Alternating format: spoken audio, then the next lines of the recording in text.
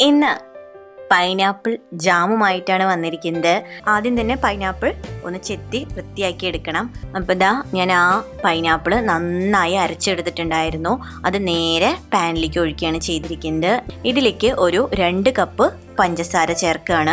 നമ്മൾ അരച്ച് വെച്ചിരിക്കുന്ന പൈനാപ്പിളും പഞ്ചസാരയും ഒന്ന് നന്നായി മിക്സ് ചെയ്ത് കൊടുക്കുക. നന്നായി തിളച്ച് ഒരു 15 മിനിറ്റ് ആയിട്ടുണ്ട്. ഞാൻ ഇളക്കി കൊടുത്തിട്ടുണ്ടായിരുന്നു, ഇടയ്ക്കിടയ്ക്ക് നന്നായി ഇളക്കി കൊടുത്തിട്ടുണ്ടായിരുന്നു. ഒരു 15 മിനിറ്റ് പഞ്ചസാരയിലത്തെ അഴുക്കും പിന്നെ കുറച്ചാണ് അതിലൊരു പത വന്നിട്ടുള്ളൂ. അപ്പോൾ പതയൊക്കെ നമുക്ക് പതുക്കെ ഒരു തവി ഉപയോഗിച്ച് കോരി മാറ്റാൻ. തവി എടുക്കുമ്പോൾ പ്രത്യേകം ശ്രദ്ധിക്കുക. നന്നായി കഴുകി തുടച്ച് വൃത്തിയാക്കിയ തവി എടുക്കുക. ഇത്രയും പതയാണ് ഞാൻ കോരി മാറ്റിയിരിക്കുന്നത്. ഏകദേശം 3-4 മിനിറ്റ് കഴിഞ്ഞു. അപ്പം ഞാൻ ഒന്നും കൂടി എടുത്തത് നോക്കി.